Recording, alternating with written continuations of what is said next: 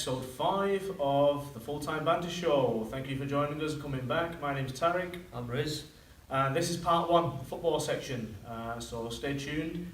We've got part 2, part 3 coming up as well. As you'll have noticed, we're missing an important member of our cast. Liam is unavailable. Hopefully, might be here for the film section. So stay Fingers tuned. crossed, yes. Yeah, but Riz, we're 2 days away. Yes, 2 days away. Can't 2 wait. days away. It's finally here. Exciting It's times. Friday evening. It's come Yeah. around quickly and it's unusual. Opening game of the season on a Friday. On a Friday, it does feel a bit strange, doesn't it? Does, A bit but, weird. it's good. The sooner the better. I think. Yeah. World Cup now, Premier League. Definitely. It's just for Fantasy League. I'm used to that Friday night tinkering, so it's going to have to change, I think. Got to catch a few people out if you haven't already got your teams. It in, is, so definitely. So definitely. that's what this show is going to be about. We're going to give you our predictions for the opening weekend's fixtures. A couple of people have been in touch as well. Thank you very much. We're going to go through those straight away. And I think I've got to start there as well. Before we go and make a start proper, I've got a couple of apologies to make. One, a minor one. I had my transfer dates wrong. I keep saying Wednesday. It's Thursday night, isn't it? Thursday, So 5 o'clock. Thursday, so that's 5 tomorrow. Yes. When this video should be out, hopefully. Yeah. Fingers crossed. We're filming here tonight on Wednesday, so that's the first one, minor one. Second one's a bit of a bigger one, a bigger boo-boo. You are going to get. Yes. Next time I see our friend Alex, apologies Alex McDonald from last week who sent us a message. I accidentally said he was a Man City fan. That's a big boo-boo, mate. Because he comes across as a really nice guy. And Unfortunately, it turns out he's not a Man City fan, he's a United fan. Well, you see, this is what happens. These Liverpool fans trying to get the assumptions, and what happens? So They make an ass out of themselves. So Alex, apologies from me, but not to worry, nobody's perfect, eh? Okay, right. That over with then, right? Yes. We're going to start with Alex's predictions first then, on that account, on that basis. It's only fair, I think. So thanks again, Al, for getting in touch. Yes.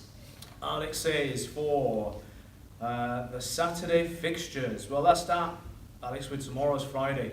Yeah? Thursday tomorrow. I wish it was Friday. Thursday. Excitement getting to you, Tarek. Okay. Excitement getting to you. Friday's fixtures, it is. My head's all over Friday's the game, place. first game Friday. Yes, I've got my head is just full of teams and lineups and fixtures and stats and odds. I don't know if I'm coming or going, Riz, honestly, right? Well, I can tell you what's happening, but Good we'll job go you're down here. that road. Good job you're here It's anyway. alright, mate. Yeah. It's alright. Okay, right. Alex reckons close win for United. Fantastic. Tomorrow night, which I think is fair to say because Yeah. we've no idea what shape United are going to be in No. defensively, Yeah. and a lot of your big players are away. I agree. Yeah. I'd probably say it's a fair assessment on that, given we've not really been at the races, so to speak, in pre-season. Pre-season, definitely. And I think this season is just going to be, like Alex said, it's going to be close call, but it's going to be unpredictable week in, week out. You don't know what to expect. Definitely. I think early doors, bit of case of damage limitation possibly in terms of not losing too much ground. Definitely. I mean, that's what you can do. I mean, obviously pre-season, you can't really take it for what it is at times, but first game, hopefully they should be up for it. Yeah. Let's see what happens. And I think Leicester similarly, without Mahrez, we'll have to see how they do. So yeah, I agree with you on that, Al. Close win for United. But we'll go through exactly our scores at the end. We'll go for it, yeah. He also goes on to say close wins for Spurs and Chelsea. Spurs are away at Newcastle, Yes. but again without some big players, made no signings. So yeah, maybe a close win there. Could be, yeah, and also no signings, and it's difficult to say who they're going to bring in. Obviously, the link with Grealish, if they get Grealish, Definitely. and possibly give them a bit of a buzz on the place. Chelsea. Chelsea playing Huddersfield. Chelsea at Huddersfield away. Chelsea away to Huddersfield. That's going to Yeah. So up at the Huddersfield Stadium. So I think that should be a win for Chelsea. But you reckon it's going to be a banana skin?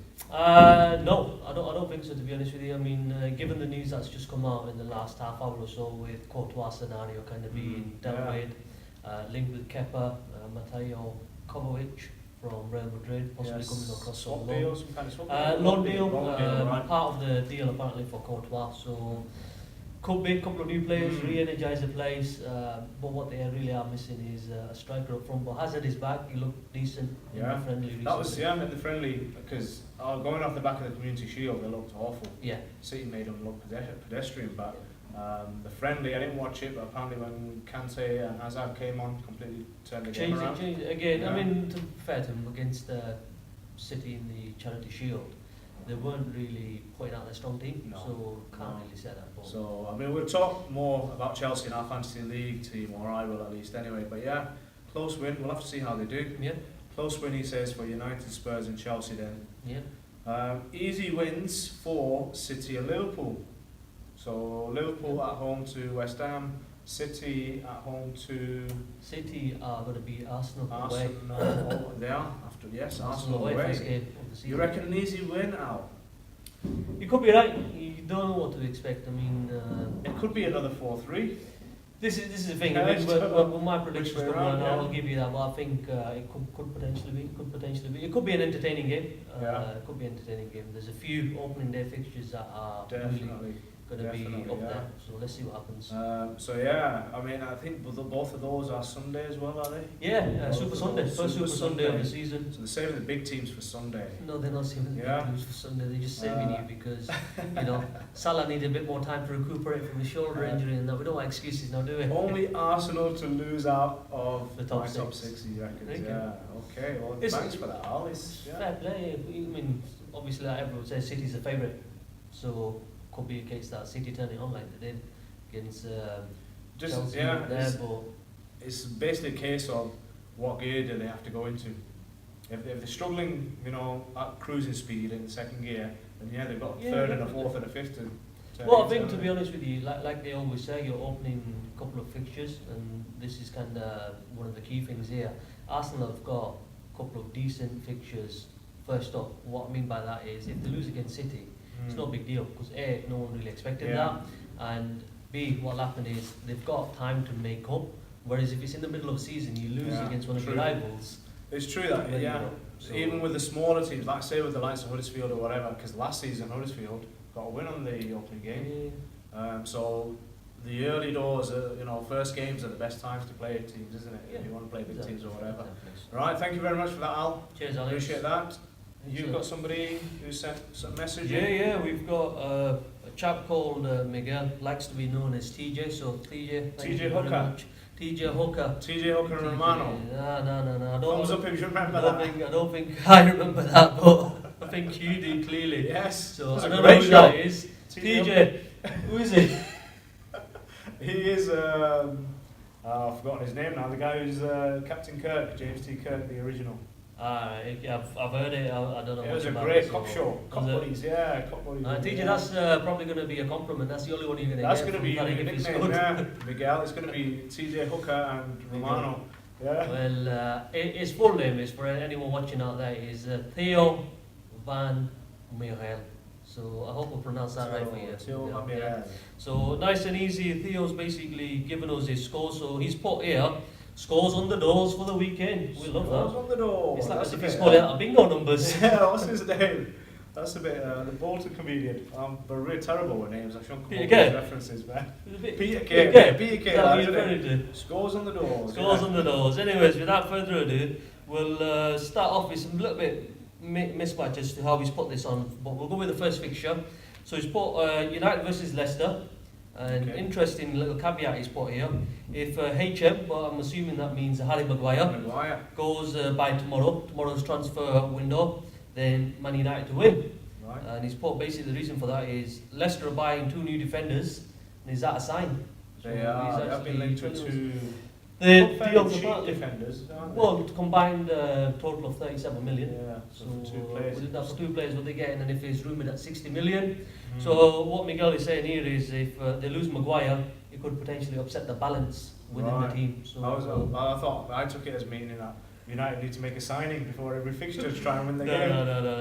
no, definitely no. He's not saying that at all. All right. So I don't know whether he's kind of like been a little bit intimidated by your tweet earlier this evening, Tarek. But he's put Liverpool to win, and they'll be too strong for West Ham. Of course. So TJ, if Tarek has intimidated you, mate, you better change that or delete I'm it. a nice guy. All right, I would okay. not intimidate anybody. Well, never mind. Moving on. So next one, he's saying Arsenal versus City. He fancies a draw. He fancies a draw, 2-2. but it does say City do look like the team to beat. Without a doubt. So, like you said, possibly with Arsenal being at home, Yeah. you mentioned high scoring game, possibly 4-3. He's going for a draw, 4 goals within that game. Could be. Good, yeah, definitely. It could go anywhere, that. Yeah, game, definitely. couldn't it? Absolutely, definitely. And then moving on from that, he's basically not specified in great deal what scores for this next fixtures, but he said Spurs, Chelsea, Fulham, the London clubs to win. And Fulham look like a good team who play attractive football in basically comparison to most of the teams that are in the Premier League. Yeah. And he said for a promoted team they look strong. However, he's saying that Wolves are the dark horses with mega money. He feels that they need to finish in the top 10. And they're playing Everton obviously, and he's saying that that's going to be a tasty encounter. Wolves are at home against Everton. That will be good, yeah, will be interesting. And given the signings as well, and today... both teams. Yeah, for both teams. Everton spending well. Rumoured that Bernard has come over.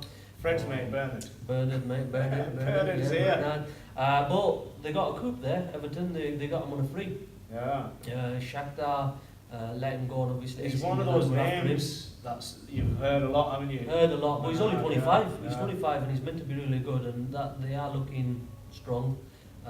Wolves have just been linked with Dendoncker from Belgium, the central defensive midfielder, and that could be a coup. And there's another player from City that they're also linked with. I can't quite remember his name, for about 15 million. But they've got money to spend, they've got money to burn. And there was another rumour earlier today as well that Andre Gomez from Barcelona was surplus to requirement because Malcolm and the Fred. Malcolm, Fred, and Malcolm, yeah. So he's joined obviously Barca, and then on top of that Arturo Vidal has come in.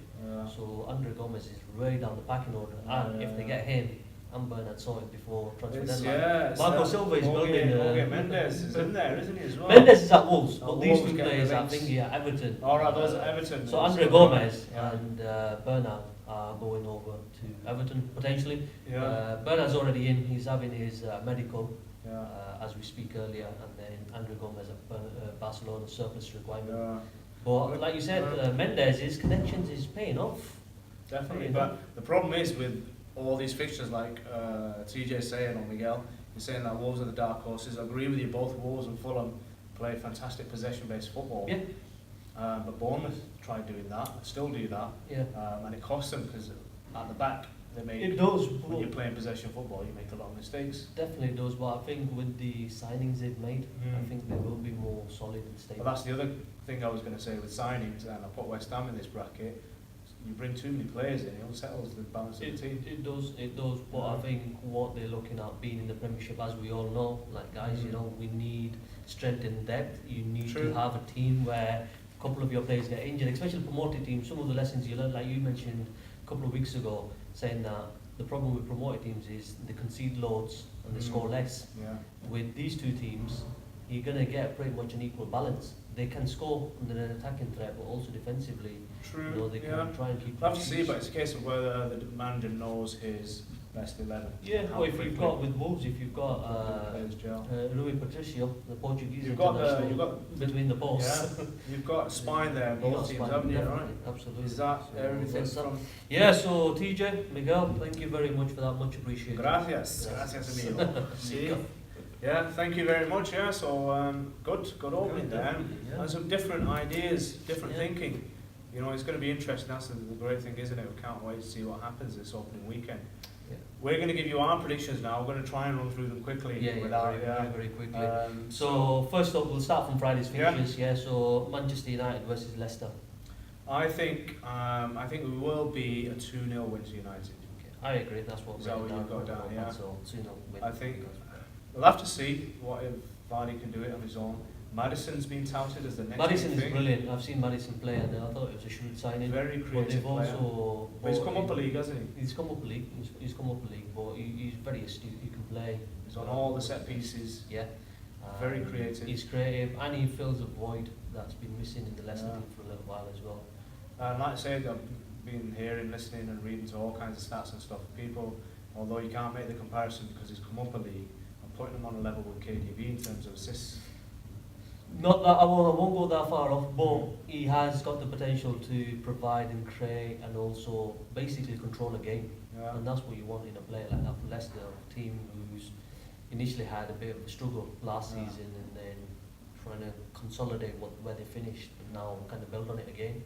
So that'd be interesting. But I do agree 2-0 to United, purely because there's going to be a time when they just need to come out of the blocks and say, listen, it's first game of the season, and you're at home, and if you can't do it at home, then I'm sorry, you're at Jose, you gotta... they're not going to be putting people to sleep in the first half. You gotta listen. 0-0 in the first half again. They won't. Yeah. Jose, don't let us down. Okay, we're going to talk more on United in the Fantasy League section that's as well, because we touch on their players. So next one is your ex-boss, Rafa Benitez, Newcastle and Tottenham Hotspur. Tottenham. Newcastle, a bit of a mess, not many signings in. Kennedy, another loan, extending the loan again. And from Chelsea, very good. Bought a £9 million player, I mean 9 million. The Muto, the striker. Either he's going to be an absolute diamond in the rough, or he's going to be a £9 million player. He can actually play, and that's the difference. He can actually play. And was he in the Japanese national team? Yeah, he was in the World Cup. Yeah, he played really well in a couple of games that I watched. But it does give Newcastle some threat, considering they've lost Mitrovic. They brought him in. They've got Solomon Rondon. They've got White Gale to West Brom, and Sergio Perez is still there as well. But Rafa deserves better, I think. He does. If he Great manager. Yeah, if he doesn't get his way, I can see him walking out of Newcastle Football Club, and that'll be a shame. They'll only have themselves to blame. So the score, I've gone for Spurs win, away win 2-1. 2-1. I can see both teams scoring. I would have to say 2-0 for Spurs for me. I can't see, at the moment, Newcastle. Yeah. I just think purely because you've got a little bit of creativity in that Newcastle team, and on their day, they can pretty much open up the teams. And like I said, Spurs haven't got all their players back, so it could be a bit of a... Yeah, defensively they're all there though, aren't they? The defensively sound. Yeah, but like I said, it depends who starts, who plays. Davis, Trippier, John Joe Shelby's due a red card. He did get one for a few games last season. So Tarek's predicted a red card for Shelby. Opening day, yeah. Let's go. Next one, Bournemouth, Cardiff. I'm just going to go straight in there. Both of these teams, I personally think are contenders for relegation. Yes. But I think Bournemouth will edge it. Experience, Eddie Howe, first game of the season, at home at the Vitality, 2-1. First season now in the Premier League. They've been there, and Cardiff have done very little business and look very, very uninspiring. Neil Warnock, is it? Yeah, Neil Warnock, yeah. I think he knows how to rally his troops. But other than that, I think they're going to go straight down, and I think Bournemouth are going to struggle this season. So they have bought 1 or 2 signings, but not enough there. They've got Rico at the back. Aging defence, really, isn't it? And so what have you gone for? I've gone for a 2-1 win for Bournemouth because they're at home for the Vitality. I'm going to go 3-0. Okay. 3-0 Bournemouth. Raise hopes early on. That is downhill after that, unfortunately. Let's see, exactly. Next fixture. Next, I'm very, very looking forward to watching Fulham play this season. They're at Craven Cottage at home to Crystal Palace. Basically a little mini London derby. Yeah. But I think they'll edge it. And again, I've gone 2-1 home win for Fulham. Really? Right. I'm a fan of Roy Hodgson now, especially the way Crystal Palace finished last season. And as you know, those of you in Fantasy League, their defence, you can pick any of their players. You can do. Yeah, and up front they still got Zaha. I can't. On an opening day Fulham at home, I'm going to, at worst, I'm going to say a 1-1 draw. Okay, fair enough. I mean, it could be.